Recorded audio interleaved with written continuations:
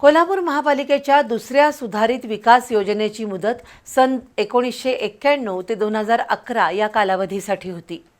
त्यानंतर तिसरी सुधारित विकास योजना तयार होणं अपेक्षित आहे, पण तिसऱ्या सुधारित विकास योजनेमध्ये कोणत्याही त्रुटी राहू नयेत, त्यामध्ये मूलभूत नागरी सुविधांचा प्राधान्याने विचार व्हावा अशी मागणी कोल्हापूर शहर सर्वपक्षीय कृती समितीने केली आहे।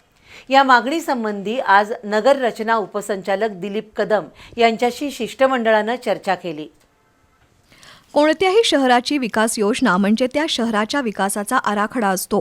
कोल्हापूर महापालिकेच्या आत्तापर्यंत 2 विकास योजना झाल्या आहेत। दुसरी सुधारित विकास योजना सन 1991 ते 2011 या कालावधीसाठी होती। मात्र ही मुदत संपून 15 वर्ष उलटली तरी तिसरी विकास योजना अंमलात आलेली नाही। याबाबत आज कोल्हापूर शहर सर्वपक्षीय कृती समितीने नगररचना विभागाचे उपसंचालक दिलीप कदम यांना जाब विचारला। दुसऱ्या विकास आराखड्यामध्ये 432 आरक्षण ठेवण्यात आली होती। त्यातील 262 आरक्षणांचा कोणत्याही विकास कामासाठी वापर झालेला नाही।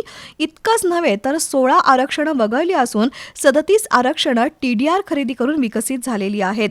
त्याबाबत कृती समितीने कदम यांना खुलासा विचारला, तसंच अनेक संशयास्पद मुद्दे उपस्थित केले। कृती समितीने उपस्थित केलेल्या सर्व मुद्द्यांचा खुलासा होण्यासाठी महापालिकेचे नूतन आयुक्त राजेंद्र भारुड यांच्या समवेत लवकरच बैठक घेऊ अशी ग्वाही कदम यांनी शिष्टमंडळाला दिली। यावेळी झालेल्या चर्चेत ॲडव्होकेट बाबा इंदुलकर, आर.के. पवार, बाबा पार्टे, दिलीप देसाई, संदीप देसाई, राजू दिंडोरले, काका पाटील, उत्तम पाटील यांच्यासह कृती समितीचे सदस्य उपस्थित होते।